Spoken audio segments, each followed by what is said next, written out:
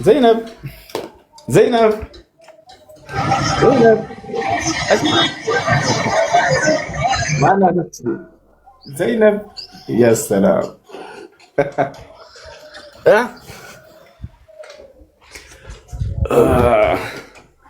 ህፃን ልጅ እንዴት እንደምወድ ወላሂ ላዚም። አሰላሙ አለይኩም ሁሱ። አለይኩም ሰላም። እንዴት ነህ? አለ አልሐምዱሊላህ። እኔ የምልህ በባለፈው ቪፒኤን ይቻላል ብለህ ነበር። ምክንያቱም ግን በደንብ ትኩረት አድርጌ አልሰማሁም እና ምክንያቱም ብትነግረኝ ደስ ይለኛል። ቪፒኤን ምንድን ነው? ዳታ ምንም ብር ሳይኖረው እዛው ላይ ቪፒኤን አገናኝተህ የሚሰራው ማለት ነው።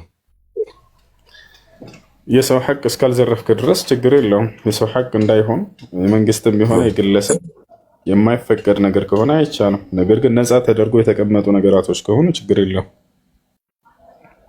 እና እሱን በምን እናውቀዋልና? አረጋግጠህ እሱን ነገር አረጋግጥና በምን ነው የምናረጋግጠው? መረጋገጥ ባለበት መንገድ ፍሪ ተደርጎ የተቀመጠ ከሆነ ነፃ ተደርጎ የተቀመጠ ከሆነ እዚያው ላይ ምልክት የተጻፈ ነገር ካለው ፍሪ የሚል ካለው ነፃ መጠቀም ይቻላል የሚል ካለው ነፃ መጠቀም ትችላለህ። እንትኑ አፕሊኬሽኑ ላይ በቃ አፕሊኬሽኑ አሁን እንደፈለክ ነው በቃ የሚያስጠቅም ምናምን፣ ግን ቴሌ ምናምን በሚለው ጉዳይ ነው እንጂ በቃ ነፃ ከሆነ ችግር የለውም። ከቴሌ ጋር የተያያዘ ነገር ከሆነ ቴሌዎችን ሄደህ አጣራ። ደግሞ ይሄ ነገር ነፃ ነው ወይ ከእናንተ ፍቃድ ተሰጥቷል ወይ ብለህ አጣራቸው። አዎ ከተባለ ተጠቀም። አይ ያለ ክፍያ መጠቀም አይቻልም ካሉ ሌሎች ስላጭበረበሩ አንተም አብረህ እንዳታጭበረበር በክፍያ ተጠቀም። እሺ ቴሌ ማረጋገጥ ያስፈልጋል። ራሱ ነፃ እኮ ነው። ቴሌ ማስፈቀድ ያስፈልጋል። ነፃ እኮ ነው አፕሊኬሽን ራሱ። ነፃ ነው ከተባለ በነፃ ተጠቀም። ነፃ አይደለም ክፍያ አለው አይፈቀድም ከተባለ ደግሞ ማስፈቀድ ያለብህ ቦታና ክፍያ መፈጸም ያለብህ ቦታ ሄደህ እኔ እኮ ያልኩህ ሰውዬው ስማኝ፣ እኔ እኮ ያልኩህ ማለት ነው ቴሌ ምናምን ስለ ማስፈቀዱ ምናምን ሳይሆን ያልኩህ እኔ በቃ አፕሊኬሽኑ ስገባ በቃ ያስጠቅማ እንደፈለግ ገብቷል እኮ። ይኸውልህ ከሰዎች የምትጠቀሟቸው ንብረቶች ለሁለት ይከፈላሉ። አንደኛ ነፃ ተደርገው የተቀመጡ፣ ሁለተኛ በክፍያ የተቀመጡ። ነፃ ተደርገው የተቀመጡ ከሆኑ እዛም በነፃ መጠቀም ትችላለህ። ነገር ግን በክፍያ ነው ነገራቶች ከተባለ መከፈል ያለበት ቦታ ላይ ሄደህ ክፍያውን ፈጽመህ ትጠቀመዋለህ ማለት ነው። እርግጠኛ ካልሆንክ በዚህ ነገር ላይ ደግሞ ሄደህ ማረጋገጥ ያለበት ቦታ ማረጋገጥ ማለት ነው። ወይ እዚያ በተጻፈ ነገር ታረጋግጣለህ ነፃ የሚል ተጽፎ ከሆነ፣ ወይ በክፍያ የሚል፣ ወይንም ደግሞ ቴሌ ካለ ወደ ቴሌ ሄደህ ይህ ነገር እንዴት ነው በክፍያ ነው በነፃ ነው የምንጠቀመው ብለህ ሳንቲም በላቸው አረጋግጥ። ይሄን ነገር በሚነግረው መሰረት ነፃ ሆኖማ ይኸው አፕሊኬሽን ያስጠቀመኝ ነው። يلا يا اخي انزل تحت ጥያቄ ያለ ይቀጥል። ሃይ ሰላም አለይኩም። አለይኩም ሰላም ወራህመቱላሂ ወበረካቱ። እሺ የሁለት ተያያዥ ጥያቄዎች ናቸው። ባረከላሁ ፊክ። ብዙ እህቶቻችን እየተሳሳቱበት ያለ አንድ ሁለት ጥያቄዎች ያሉና እሱን እስኪ የመጀመሪያው አገር ቤት ባላግብታ ወደ አረብ ሀገር የሄደች ሴት መልሳ ወደ ባለቤቷ ስትመለስ እንደገና ኒካህ መታሰር አለብሽ ኒካህ የለሽም የሚሉ አሉና ብዙ ጥያቄዎች ይነሳሉ። ይሄ እንዴት ይታያል? ሁለተኛው በዚሁ ጋር የተያያዘ እንደዛ የሚባል ነገር የለም። ሁለተኛ ከዚሁ ጋር የተያያዘ እዚህ ሆኖ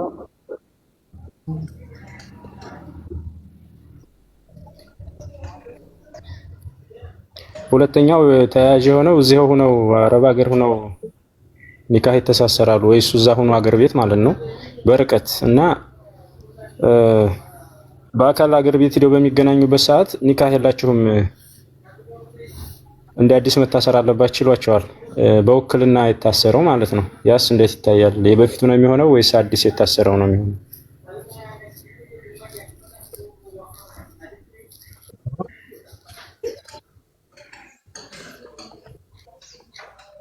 ምንድን ነው ያልከው?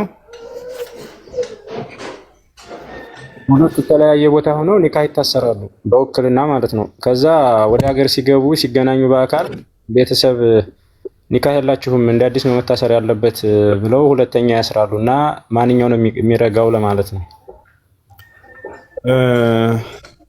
በትክክል ኒካህ ታስሮ ከሆነ ሸሪዓውን በጠበቀ መልኩ እንደገና እንደ አዲስ ማድረስ አይጠበቅባቸውም።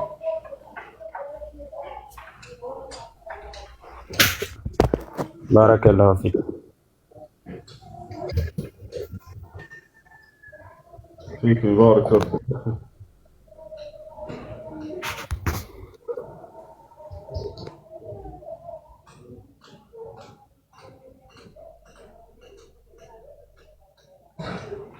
እሺ ጌች ማን ነው ወጥተህ መሰለሽ? ጥያቄ ያለው ካለ መጠየቅ ይችላል። ከሌላችሁ ነንዝል ተحت።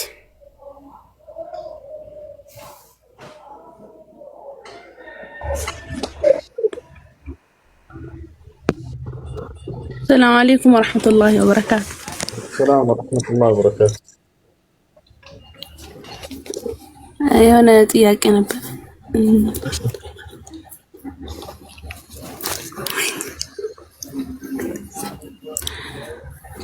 ሂና ምናምን መቀባት ይቻላል ወይስ አይቻልም? እስኪ ነገር ይቻላል ይቻላል።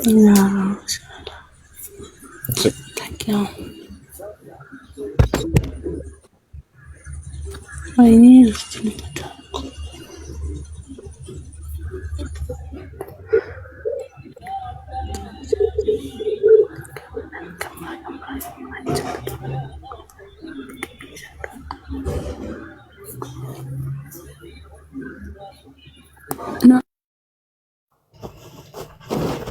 ماشي. السلام عليكم ورحمة الله وبركاته. عليكم السلام ورحمة الله وبركاته.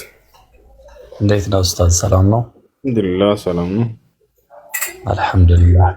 የኔ ጥያቄ ስለ ሰላት በሱትራ በኩል ነው። ሱትራ እንዴት ነው ማድረግ የሚቻለው? ማለት ሴት ልጅ ስታቋርጥ ህፃን ልጅ ውሻ ምናምን የሚል አንዳንድ ነገር ሰማሁና እሱ እንድታብራራው ነበር። እሺ ማወቅ የፈለግከው ምን ነው?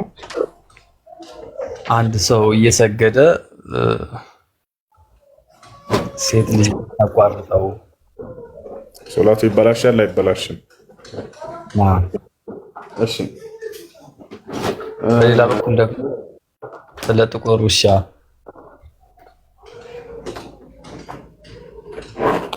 መርሐባሽ። እሺ ስለ ስትራ በተመለከተ አንድ ሰው በሚሰግድ ጊዜ ከፊት ለፊቱ ስትራ ያስቀምጣል። ያ ማለት ሰዎች በእርሱ ፊት አልፈው ሶላቱን እንትን እንዳይሉበት፣ እንዳይወሰዱትና እንዳያበላሹበት፣ ሶላቱን እንዳይቆርጡበት። ምን ያክል ርቀት ላይ ካስቀመጠ በቂ ነው ከተባለ በእርሱና ስጁድ በሚወርድበት መካከል ድረስ ካስቀመጠ በቂ ነው። ከዚያ በኋላ ቢያልፉ ሰዎች ችግር የለውም። ዓላማው ምንድን ነው ይሄን ማስቀመጡ ከተባለ ሰዎች በእርሱ ፊት አልፈው በሚወሰወስ ጊዜ እነርሱን በሚያይ ጊዜ ውስዋስ ውስጥ እንዳይገባና ሌላ ሀሳብ እንዳይሄድ፣ ትኩረቱን እንዳይሰረቅ፣ የሶላቱ ምንዳ እንዳይቀንስበት ነው ዓላማው። ስለዚህ በእርሱና ስጁድ በሚያደርግበት መካከል ያደርጋል። አሁን በሚያልፉ ጊዜ ሶላትን የሚያበላሹ ነገራቶች ምንድን ናቸው በፊት ለፊታችን ከተባለ አንደኛ ሴት ልጅ ታበላሻለች። ወንድ ልጅ ያበላሻል ወይ? አዎ ያበላሻል። ሌላስ ጥቁር ውሻ ተብሏል። ሌላስ አህያ ተብሏል። እነዚህ ያበላሻሉ። ያበላሻሉ ሲባል ግን ምን ማለት ነው? ምንዳውን ይቀንሳል ማለት እንጂ ሙሉ በሙሉ ሶላቱን ያቋርጠዋል ያበላሻዋል ማለት አይደለም። ይወታችኋል አይደል? ምንዳውን ይቀንሳል ማለት ነው።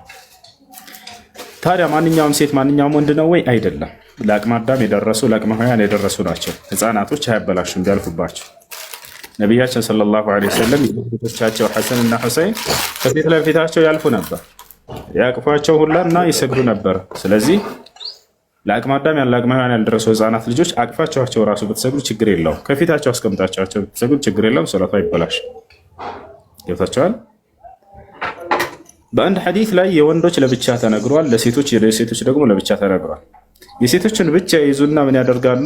እዚህ ክርስቲያን ሰባኪዎች ነን የሚሉ ሰዎች እንዴት እንደሚያጭበረብሯቸው አያትና ሴት ልጅ ሶላትን ትሰብራለች ተብሏል።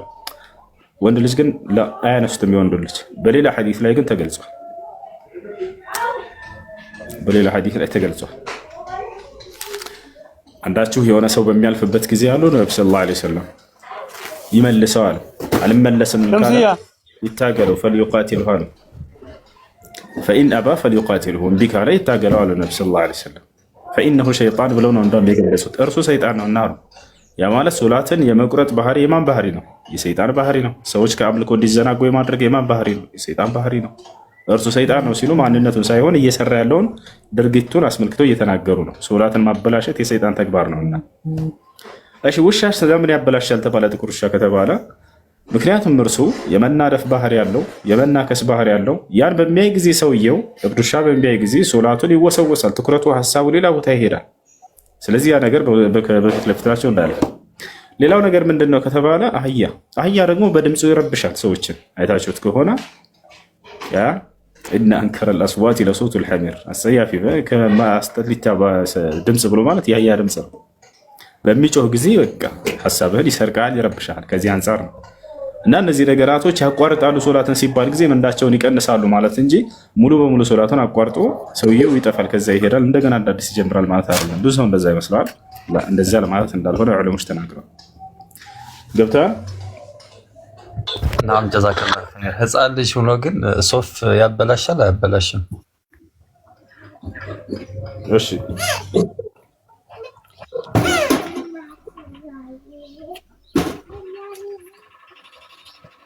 ምን አልከኝ? ሶፍ ያበላሻሉ አያበላሽም? ህፃናቶች ለብሉግ ያደረሱ አያበላሹም። ሶፍ ያበላሻሉ ማለት ኢማሙ እያሰገደ ከሆነ ከኋላ ባሉት ላይ ቢያልፉ ምን ቢሉ እንትኑ አይበላሽም፣ ችግር የለውም። ሶፍ መሀል በመካከላችን ህፃናቶች ይቆሙና ለመጫወት ቦታውን እየለቀቁ እንትን ይላሉና ህፃን ልጅ ወደ መስጊድ ይዞ መሄድ በዛም ላይ ክፍተት ይፈጥራል በመካከላችን። ችግር የለውም፣ ይዛቸዋቸው ሂዱ። እሺ ችግር የለውም፣ ይዛቸዋቸው ሂዱ፣ ይስገዱ። ከነቢያችን ሰለላሁ ዐለይሂ ወሰለም ጊዜ አይከለክሏቸውም ነበር፣ ይሰግዱ ነበር። ስለዚህ በዚያኔ ሶፉን ይቆርጣሉ፣ ያበላሻሉ። ላ ዩአሲሩ ዛሊክ ተዘና ያደርጋል። እነሱ ለቀው ከሄዱ የዛኔ ሶፉን እናንተ እንትን በሉ ሙሉት። ከጎን ያለው ጠጋ ብሎ ይስገድ።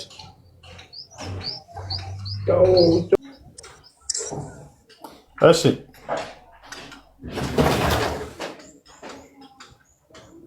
ኡስታዝ ጥያቄ ልጨምር። ጥያቄ ካለ አህያ ሲጮህ አዑዙ ቢላሂ ሚነ ሸይጣን ረጂም እንድንል ታዘናል። ለምንስ ነው? ጥቁር ውሻስ በዛ የተመሰለው? ጥቁር ውሻ ሸይጣን ጥቁር ውሻን ይመሳሰላል ወይ?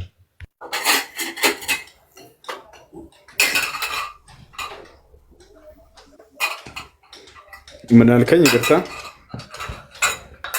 ለምን አህያ ሸይጣን ጥቁር ውሻ ይመሰላል ወይ? አህያ ሲጮህ ሸይጣንን አዑዙ ቢላሂ ሚነ ሸይጣን ረጂም እንድንል ታዘናል ወይ? መልካም፣ ጥሩ ጥያቄ። ውሻ ለምንድን ነው በሰይጣን የሚመሰለው? ጥቁር ውሻ በተለይ ሸምሲያ። ምክንያቱም ሰይጣን ማን ነው? ጅኖች ለሁለት ይከፈላሉ አይደለ? አማኝ ጅን አለ፣ ከሃዲ ጅን አለ። ከሃዲዎቹ ጅኖች ሰዎችን ለመጉዳት ወደ ውሻነትና ወደ እባብነት ይቀያየራሉ። ይሄን ኢስላም ያስተምራል። የሌላ እምነቶች ጋር ስለ ጅኖች ሚስጥር አታገኙም። ከናፈጣጠራቸው ሙሉ መጽሐፍ ቅዱስ ላይ ለምሳሌ አታገኙም። ጋኔን ከምንድን ነው የተፈጠረው? አያውቅም መጽሐፍ ቅዱስ። ምን አይነት ባህሪ ያላቸው ላይ አያውቅም። ያ ማለት የመቀየር ባህሪ ያላቸው የላቸውም። ይሄን ኢስላም በደንብ አድርጎ ሁሉ ማንነታቸውን አብራርቷል። ነፃ ምርጫ ፍቃድ አላቸው የላቸው የሚለውንም ኢስላም በደንብ አድርጎ ገልጾታል፣ አብራርቶታል። ወደ ምን መቀየር ይችላሉ በደንብ አብራርቶታል። ምን ነበሩ መሰረታቸው፣ አፈጣጠራቸው ኢስላም በደንብ አድርጎ አብራርቶታል። ጋኔን ከምንድን ነው የተፈጠረው? ጅኖች ከተባሉ ከእሳት ነው የተፈጠሩት። አምላክ ማንንም ክፉ አድርጎ አይፈጥርም። ጋኔኖች እንዳለ ክፉ ናቸው ብለው ነው የሚያምኑ ክርስቲያኖች። ለምሳሌ ጅኖች ማለት ነው። በመጀመሪያ ጅን ብሎ ማለት ሰይጣን ማለት አይደለም። ጅን ማለት ትርጉሙ ደበቅ ወይንም ስውር ማለት ነው። ፈለማ ጀነ ዐለይሂ ለይሉ ረአ ከውከበን ይላል። ሌሊቱን በተደበቀበት ጊዜ ከዋክብቶችን አየ እያለ ይናገራል። በተደበቀበት ጊዜ ለሚለው ቃል ጅን የሚለውን ቃል የተጠቀመው ጅን ብሎ ማለት ድብቅ ስውር። ለምን በዚህ ተሰየሙ? ከሰዎች እይታ የተሰወሩና የተደበቁ ስለሆኑ። ስለዚህ አምላክ ክፉ አድርጎ ማንንም ይፈጥራል ወይ? ላ አይፈጥርም። ክፋትን ፍጥረታት በራሳቸው ላይ ራሳቸው ናቸው የሚያመጡት። ገብታችኋል? ይሄ ልታውቁ ይገባል ክርስቲያኖች። ክፋትን አንድ አካል በራሱ ላይ ራሱ ነው እንጂ የሚያመጣው አምላክ ማንንም ክፉ አድርጎ አይፈጥርም። ስለዚህ ጅኖች ወይንም ጋኔኖች በራሳቸው ክፋትን አመጡ። ገብታችኋል? እንጂ አምላክ ክፉ አላደረጋቸውም። ለሁለት ተከፍለዋል ማለት ነው። ነፃ ምርጫ ፍቃድ ተሰጥተው እንደኛ የተፈጠሩ ፍጥሮች ናቸው። ከኛ ከሰዎች ክፉ እንዳለ ሁሉ ጻድቅ እንዳለ ሁሉ ከጅኖችም ክፉና ጻድቅ አለ። ገብታችኋል? የአምላክን ትእዛዝ ተቀብለው የፈጸሙም አሉ፣ አይ አንፈጽምም ብለው የካዱ የሚያስተባበሉም አሉ። ወአና ሚነል ሙስሊሙን ወሚነል ቃሲጡን ይላሉ። ከኛ ሙስሊሞችም አሉ፣ ከእኛ በዳዮችም አሉ፣ ከሃዲዎችም አሉ ማለት ነው። ስለዚህ እነዚህ የጅን አይነቶች ወደ ምን የመቀየር አቅም አላቸው? ወደ እባብና ወደ ውሻ ይቀየራሉ፣ ሰዎችን ለመጉዳት ማለት ነው። ነቢያችን ሰለላሁ ዐለይሂ ወሰለም ስለ ጅን አፈጣጠር ሲናገሩ ምን አሉ? ቃለ ነቢዩ ሰለላሁ ዐለይሂ ወሰለም አልጅኑ ሰላሰቱ አስናፍ፣ ጅኖች ሶስት አይነት ናቸው አሉ። ቂስሙን ለሁም አጅኒሐቱን የጢሩነ ቢሂ ዐለል ሀዋ ወቂስሙን የተገየሩነ ኢለል ሐያት ወልኪላብ ወቂስሙን ሚስለኩም ያኒ ከልበሸር። ነቢያችን ሰለላሁ ዐለይሂ ወሰለም ምን አሉ? ጅኖች ሶስት አይነት ናቸው አሉ። አንደኛ በህዋ ላይ የሚበሩበት ክንፍ ያላቸው የጅን አይነቶች አሉ አሉ፣ በራሪ ጅን። ሁለተኛ ወደ እባብና ወደ ውሻ የመቀየር አቅም ያላቸው ጅኖች አሉ አሉ። ሶስተኛ ልክ እንደናንተ ነዋሪዎች የሆኑ አሉ፣ ልክ እንደኛ ማህበራዊ ህይወት ያላቸው። ስለዚህ ከውሻ ጋር የሚያመሳሰሉት ጊዜ ነቢያችን ሰለላሁ ዐለይሂ ወሰለም ሰይጣንን ብዙ ጊዜ ምንድነው ወደ እባብና ወደ ውሻ የመቀየር አቅም ያላቸው ጅን አይነቶች ስላሉ ነው። ገብታችኋል አይደለ? ከዚህ አንፃር ነው። ገብተዋል ያ ወንድም? ናም ገብተኛል። ጀዛከላህ ኸይር። አዎ ያ ነው። እና ወደዚያ መቀየር አቅም ስላላቸው ከዚያ ጋር ለዚህም ነው በሌላ ሐዲስ ላይ አልከልቡል አስወድ ያኒ ሸይጣን ብሎ ተናግረዋል ነቢያችን ሰለላሁ ዐለይሂ ወሰለም። ጥቁር ውሻ ሰይጣን ነው ብሎ ተናገሩ። ያ ማለት ማንኛውንም ጥቁር ውሻ ለማለት ሳይሆን ከሰይጣን ወደዚህ ወደ ጥቁር ውሻነት የመቀየር አቅም ያላቸውን አስመልክተው እየተናገሩ እንጂ ማንኛውንም ውሻ እንዳው ሰይጣን ነው እያሉ አይደለም። እሺ ሌላ ጥያቄ አለኝ።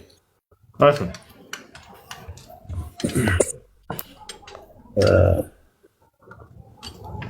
ስንት ወር 6 ወር ያልሞላው ይመስለኛል የወንድ ልጅ ሽንት አይነጅስም? ይሄን ታውቃለህ? ምግብ መብላት የጀመረ ከሆነ ይነጅሳል። ምግብ መብላት ያልጀመረ ከሆነ አይነጅስም። ነገር ግን በሸናበት ቦታ ላይ ልብስ ላይ ወይንም አካልህ ላይ ከሆነ ያንን ውሃ አፍስስበት።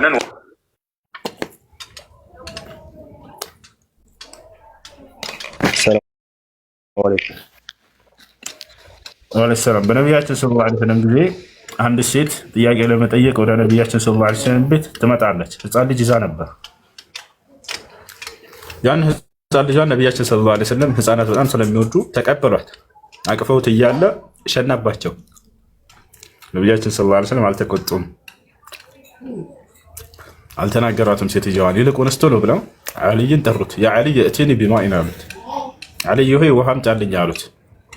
ውሃ ይዞላቸው መጣ። ፈነضሐ ፊህ አለ አልይ ብን አቢ ጣሊብ ያደረጉትን ሲናገር ውሃውንም በሸናባቸው ቦታ ላይ አፈሰሱት አለ። خلاص ይሄ ነው የሚደረገው። የጾታ ልዩነት አንዳንድ ጥያቄ አድርገው ያነሳልና የሴቶች ሲሆንስ ማን የሴቶች ሲሆንስ የሴት ህፃን ልክ እንዲሁ ይደረጋል እና እዛ ነው አይደለም? የሁለቱም ውሃ ይደረግበታል። አንደም የሁለቱም ውሃ ይደረግበታል። ስለዚህ በሁለቱም ላይ ውሃ ይደረጋል። አጠብ አድርገው ወይም ደግሞ ጠምዘዝ አድርገው ይኛል።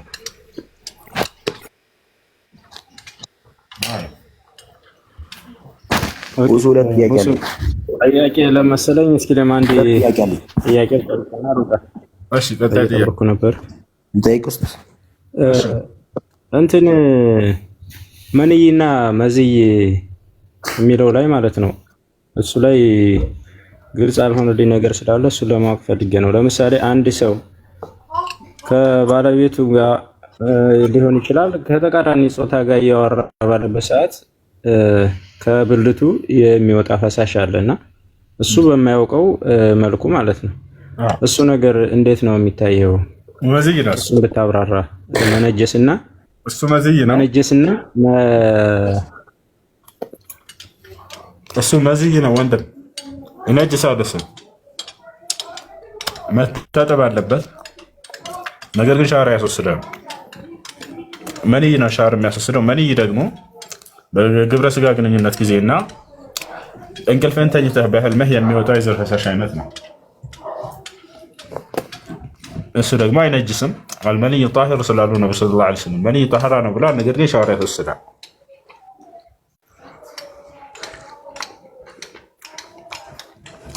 ያልጠይቅ ኡስታዝ አንድ ጥያቄ። እሺ እንትን የቁርአን ሙራጃ አደረጉ እሱ ሰፋ ያለ ትምህርት ያስፈልገዋል። ሌላ ጊዜ ኢንሻአላህ በትንሹ ማውራት አትችልም ኡስታዝ? ከዚህ በፊት ተናግሬያለሁ። እሺ አዳምጥ። ለማንኛውም እሺ ሙራጃ አደረግ። እሺ ኩል በቃ በላ በቃ በላ። እሺ ይሰማል ሃይደር? አይ ይሰማው ነው። እሱ በመጀመሪያ ሐፊዝ ነህ አይደለ? አይደለም። አይ 25 ምናምን ያፈስኩት። ማሻአላህ ጨርስ እንጂ ታዲያ ምን ትጠብቃለህ? ነገ እኮ ልትሞት ትችላለህ። ይቅርታ ነገ እንደውም ረዘመ ማታ። ስለዚህ ሐፊዝ እሺ ኢንሻአላህ ትንሽ ሙራጃ እየከበደ 15 በታች ይሻላል ነው እንጂ አሁን ሙራጃ ታደርግ። ብዙ ሰው ቁርአን እያፈዘ በዛው ሙራጃ ካላደረኩ ይላል። ይሄ ድካም ነው የሚሆነው፣ ወይንም ደግሞ ጊዜያችሁን መግደል ነው የሚሆነው። ይልቁንስ ቶሎ ብላችሁ አክትሙና ጨርሱ። ከጨረሳችሁ በኋላ ምን አደረግኩ መሰላችሁ? ቁርአን ቀራሁኝ። ከቀራሁ በኋላ ማሐፈዝ ጀመርኩ። ሐፍዤ ጨረስኩኝ። ሐፍዤ እንደጨረስኩ ሙራጃ ጀመርኩ።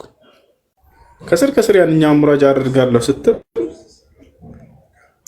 ጊዜህን ነው የምትገለው። በጣም ብዙ ዓመታት ይፈጅብሃል። እኔ ሳፍዝ ጊዜ አፈዝኩኝ። ቢያንስ 4 ወር ባልሞላ ጊዜ ቁርአን አፈዝኩኝ። ከዚያ በኋላ እንደገና ሙራጃ ለማድረግ እንዴት እንደተጠቀምኩ ላሳያችሁ። ይሄ ጀንበር እያደረጉ ቀላሏን ሱረቱል በቀራ ላይ ትንሽ ጀግና የሆኑና ቶሎ ሄድ ብለው ኒሳ ላይ ሲደርሱ መቆም፣ ይሄ ሁሉም የተለመደ መንገድ ነው። ቀለል ያላቸውን ከቁርአን ውስጥ እየሄዱ የሸመደዷትን እሷን ሙራጃ ያደርጉና ያልፋሉ። ሱራ ዩኑስ፣ ሱራ መርያም፣ ሱረቱል ከህፍ ምናምን። ይሄ አይደለም ሙራጃ። ሙራጃ ሳደርግ ጊዜ ምን አደረግኩ መሰላችሁ? በቃ የሆነ ፕሮግራም አወጣኝ። የማልቀይረው የማልተወው የፈለገ ነገር ቢፈጠር ማለት ነው። እሱም ምንድነው? በቀን 5 ገጽ ሐፍዛለሁኝ ብዬ ማነው እሱም ሙራጃ አድርጋለሁ ብዬ ወሰንኩ። በቀን 5 ገጽ 5 ሰፍሐ 5 ገጽ። እሱን ከሱብሒ በኋላ ልክ ሱብሒን እንደሰገድኩኝ እስከ ቁርስ ድረስ ባለው ጊዜ በደንብ አድርጌ ሸምድጄ ጨርሳለሁ። ቁርሴን በላና መለስና መስጂድ አሁንም ደግሜ ያንኑ እቀራለሁ። ሌላ አልጨምርም። ስለቀለለኝ ብዬ ለምን 10 አላደርገውም? ላላ እንደዚህ አላደርግም። በቃ ከበደኝም ቀለለኝም ከወሰንኩት ከዚህ ከ5 ገጽ በላይ አልጨምርም አልቀንስም። ከተቻለ ከዛ ከቁርስ በኋላ ያንኑ ደግመዋለሁኝ። ጓደኞቼ ላይ ሰማዋለሁ። ከዛ አስተማሪ ላይ ሂጅ ሰማዋለሁኝ። በደንብ መያዜን አረጋግጣለሁ። ከቻልኩኝ ከአሱር በኋላ 1-2 ጊዜ ምናምን እንደገና አደርገዋለሁኝ። እንደገና ትከልስታላችሁ ያንኑ። ከዚያ ማታ ላይ ምንም ቁርአን ሳትይዙ አጠገባችሁ ምንም የሚያዳምጣችሁ ጓደኛ ሳይኖር ለብቻችሁ ገንጠል ብላችሁ ሄዳችሁ ትቀራላችሁ። እሱን መያዛችሁን ካረጋገጣችሁ በኋላ የሌሊት ሶላት ትሰግዱበታላችሁ። ቦታችኋል። የሌሊት ሶላት ትሰግዱበታላችሁ ማለት ነው። ቦታችኋል። አደራ የሌሊት ሶላት ስገዱበት። ቁርአን ሙራጃ የምታደርጉ ልጆች የሌሊት ሶላት ካልሰገዳችሁበት ትይዙታላችሁ ማለት በጣም ከባድ ነው። ይህን ያሉት ነቢያችን ሰለላሁ ዐለይሂ ወሰለም ናቸው። ሐዲስ ላይ ኢነል ዐብደ ኢዛ ቃመ ቢልቁርአን ማ የንሳሁ፣ አንድ ባሪያ ቁርአንን በሌሊት ሶላት እየሰገደ ቆሞ ከሰገደበት አይረሳውም ብለው ተናግረዋል። ይሄንን አምስቱን በዚህ መንገድ ልክ የሌሊት ሶላት ከሰገዳችሁበት በኋላ ያ አምስቱን አጠናቀቃችሁ خلاص ጨረሳችሁ። ከዚያ በሚቀጥለው ቀን ልክ የትላንቱን አምስት ያክል ትሰራላችሁ በዚያው መንገድ ማለት ነው። ሱብሒ ላይ በዚያው ይወጣቻል። በዚህ መሰረት ትጨርሳላችሁ። በቀን አምስት ስትቀሩ ጊዜ በአራት ወር ነው የምትጨርሱት። በአራት ወር ታከትሙታላችሁ፣ ትጨርሳላችሁ። እንደገና ተመልሳችሁ ታሳድጉታላችሁ። በቃ የዛን ያለቀ ማለት አይደለም። እንደገና ታሳድጉትና በቀን 10 ታደርጉታላችሁ። በዚያው በነገርኳችሁ ፕሮግራም መሰረት በቀን 10 ስታደርጉት ደግሞ በሁለት ወር ታከትሙታላችሁ፣ ትጨርሱታላችሁ። አሁንም አታቋርጡም፣ ትመለሳላችሁ። አሁንም በቀን አንድ ጁዝ ታደርጉታላችሁ። የዛኔ በ30 ቀን ታከትማላችሁ በወር።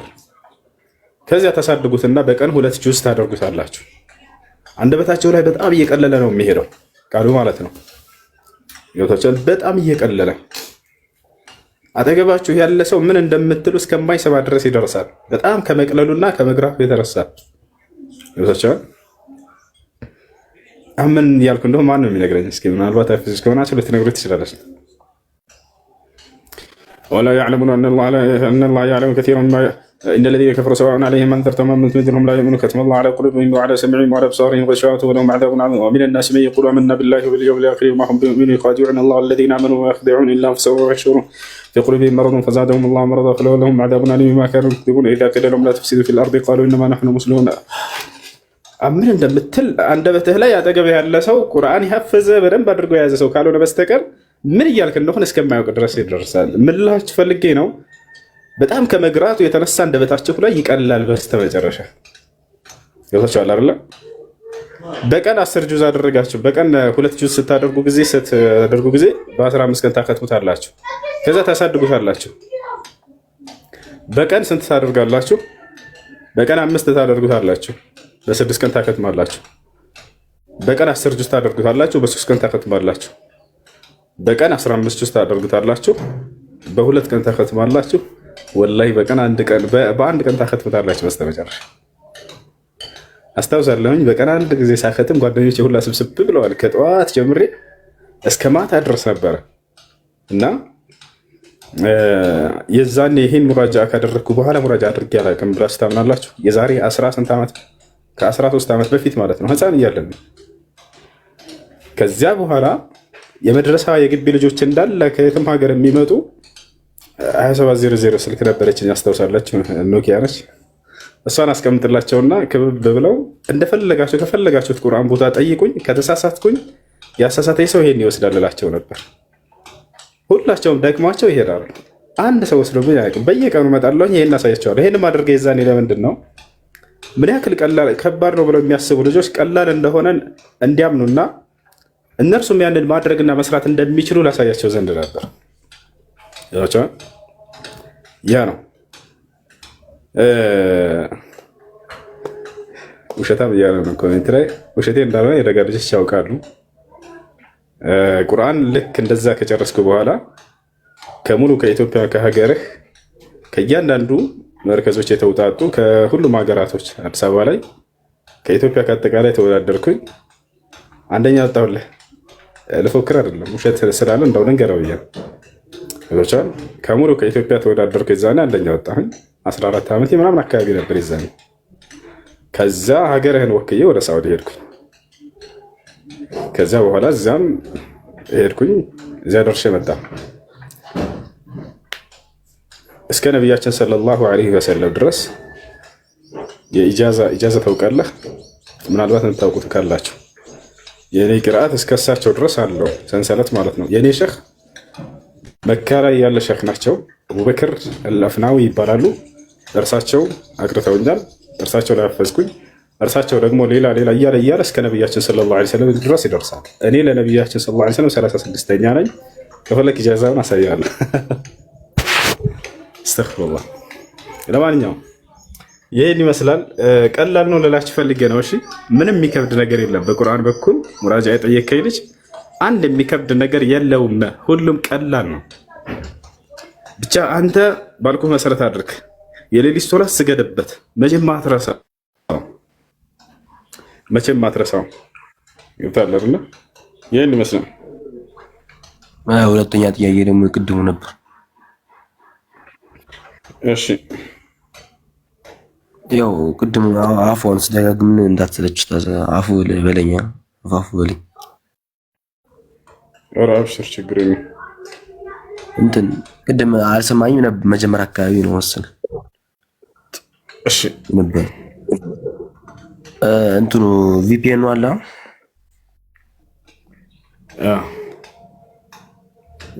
ስለአሁን ላይ ይላል አሳየኝ እያለ ስለሆነ እና ላሳየህ ያው እነዚህ ጋር አንዴ ማየት ስለፈለገ ላሳየህ ያው እነዚህ ጋር ይህ ኢጃዛዬ ነው ኢጃዘት ፊል ቁርአን الكريم إجازة في القرآن الكريم برواية حفص عن عاصم من طريق الشاطبية الحمد لله الذي شرفنا بكتابه والصلاة والسلام على المبعوث رحمة للعالمين عندك على من يلزم وثالي أما بعد فقد قرأ علي الشيخ حسين أحمد عبده حسين أحمد بن إلهي قرطة لله لس كمان درس يهيك أكل يالا يندل لزقر كذاس كما جرشاو ما نزي بوثالي ورجال عاصم أبو عبد الرحمن بن عبد الله بن حبيب السلمي وأبو مريم زر بن جيش وأخذ أبو عبد الرحمن عن عثمان بن عفان وعلي بن أبي طالب وأبي بن كعب وزيد بن ثابت وعبد الله بن مسعود عن النبي صلى الله عليه وسلم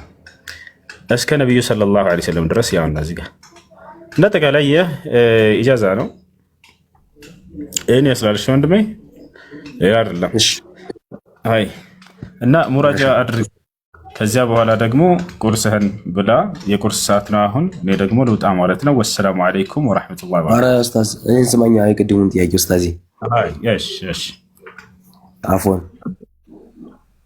በልሽ እና ቪፒኤኑ ስልህ ቪፒኤኑ በቃላ እንትን ነው ነፃ ምናምን ነው እንትን ያለው ግን የሆነ አሁን በአሁኑ ሰዓት ተዘግቷል ነው ሲባል የሰማሁት አሁን ላይ ግን ተዘግቷል ሲባል ነበር እውነት ነው እሺ እና ስልህ ህዝብ በፊት ጠይቄ ግን መልሰልኝ ነበር እንደሚቻል ምክንያቱም በረምብ ስላልሰማሁ ነው እንጂ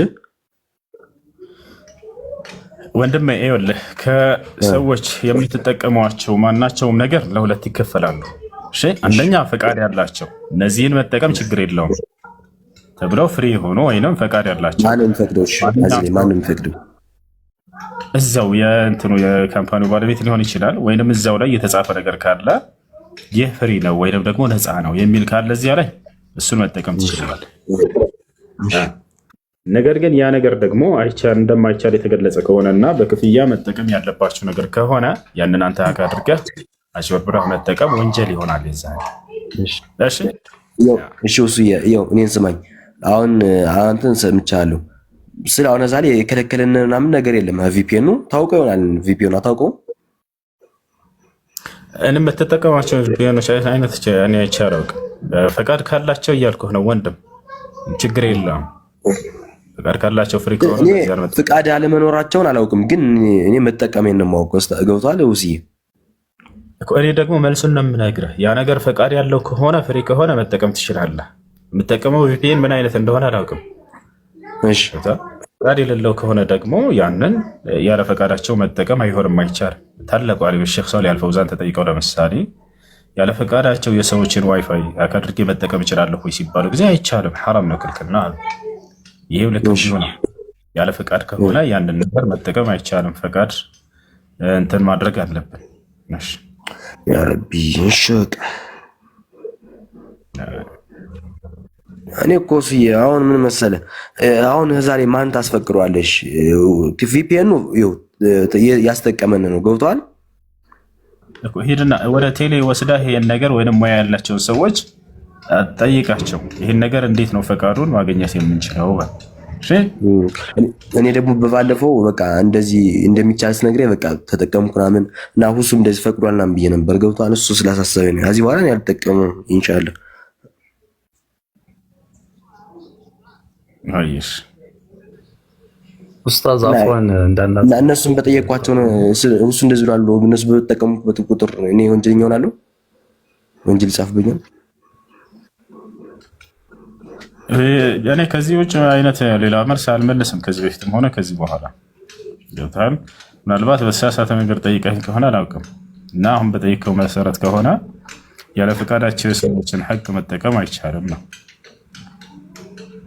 እና ለሰዎች እንደዚህ ፈቅዷል በማለት ሌላ ጥያቄ ያለው ሰው አይ አንተ በጠየቀኝ መንገድ ልመልስልህ ወንድም። አይ አፎን ኡስታዝ ካምፓኒው ራሱ እነሱ በተገምቶት ከሆነ ማስታወቂያ ራሱ ይለቅብህና ያንን በነፃ እንድትጠቀም ያደርጋል። አንዳንድ ቪፒኤን አፕ ማለት ነው። ሁለተኛ ደግሞ ዝግ ሆኖ ሰዎች ሀክ ያደርጉትና በዛ መልኩ የሚጠቀሙ አሉ። ሁለቱ ነው ያለው። ስለዚህ ካምፓኒው ነፃ ካደረገው ማስታወቂያ ይለቅብህና በነፃ እንድትጠቀም ያደርጋል። ከዛ ውጭ አንተ ሀክ ካደረገው ደግሞ ኡስታዝ እንደተናገረው ትክክል ይሆናል ማለት ነው። የኔ ጥያቄ የመጨረሻ ነው። አፉ በለኝ እና ካምፓኒው ምንድን ያልክ? ካምፓኒው ከለቀቀው ምንድን ያልክ? ካምፓኒው ነፃ አድርጎ የለቀውና ራሱ ማስታወቂያዎችን በመሃል ይለቅብሃል። እሱ ከዛ ስለሚጠቀም ነፃ ያደርጋል። እና ካምፓኒው አሁን ለምሳሌ ቪፒኤን አይተው ከሆነ ካምፓኒው ለቆት አይደለም?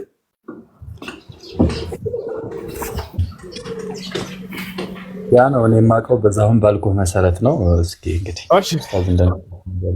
ኡስታዝ የመጨረሻ ጥያቄ እንዳለኝ አፎን ሶላትን ያለ ምክንያት አንዳንድ ጊዜ አለፍ አድርጎ ሰብስቦ መስገድ እንዴት ይታያል? አይቻልም። ያለ ምንም ምክንያት القصر والجمع አይቻልም። هذا عند الرافضة ይህ ከሺዓዎች ጋር ነው። ሺዓዎች ይሄን ያደርጋሉ። ያለ ምንም ምክንያት يجمعون الصلوات الخمس بدون عذر ያለ ምንም ምክንያት ይሰበስባሉ፣ ጀምዕ ያደርጋሉ። አይቻልም፣ አይፈቀድም። እሺ جزاك الله خير. السلام عليكم ورحمة الله وبركاته. عليكم السلام ورحمة الله وبركاته. نعم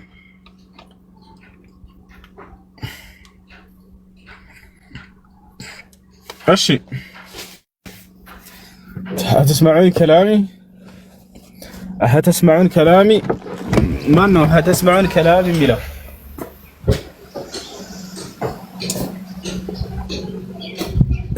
ياشي الواي فاي لا زاتا أو أستغفر الله محمد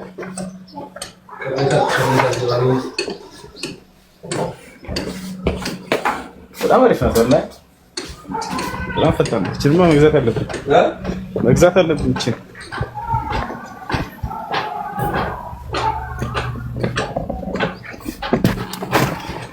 يا سلام ايش كذا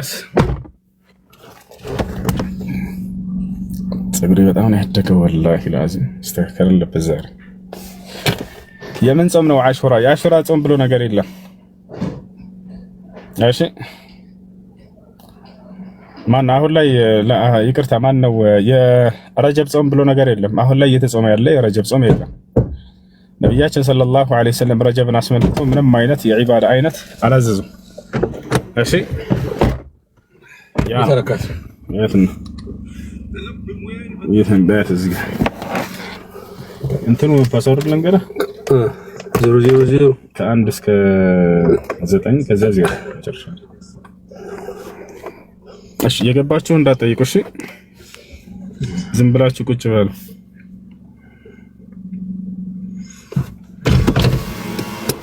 ዝግባት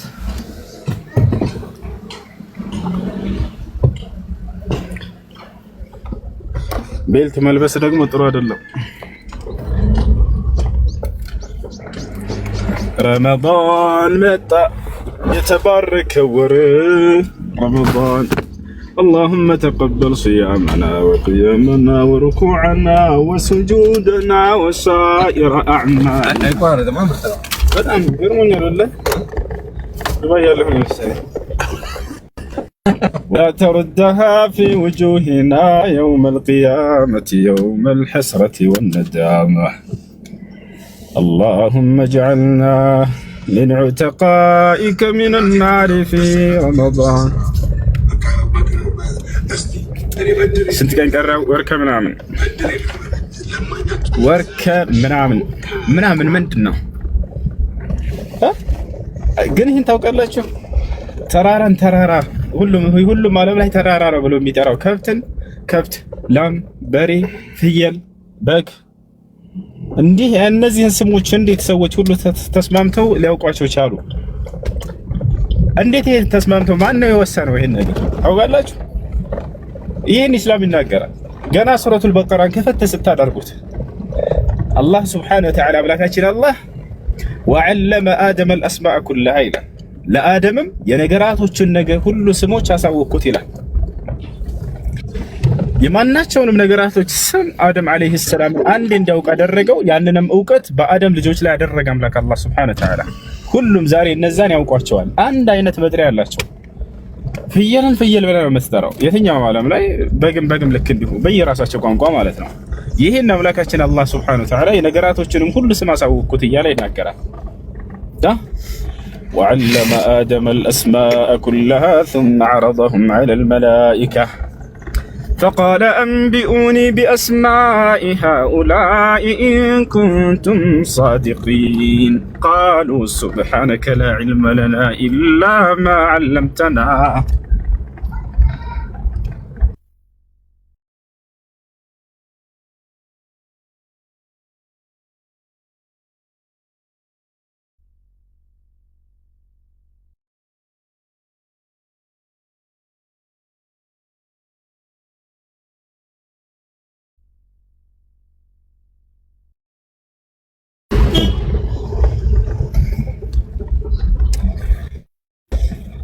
وعلم آدم الأسماء كلها ثم عرضهم على الملائكة فقال أنبئوني بأسماء هؤلاء إن كنتم صادقين قالوا سبحانك لا علم لنا إلا ما علمتنا إنك أنت العليم الحكيم قال يا آدم أنبئهم بأسمائهم فلما أنبأهم بأسمائهم قال ألم أقل لكم إني أعلم غيب السماوات والأرض وأعلم ما تبدون وما كنتم تكتمون وإذ قلنا للملائكة اسجدوا لآدم فسجدوا إلا إبليس أبى واستكبر وكان من الكافرين وقلنا يا آدم اسكن أنت وزوجك الجنة وكلا منها رغدا حيث شئتما ولا تقربا هذه الشجرة فتكونا من الظالمين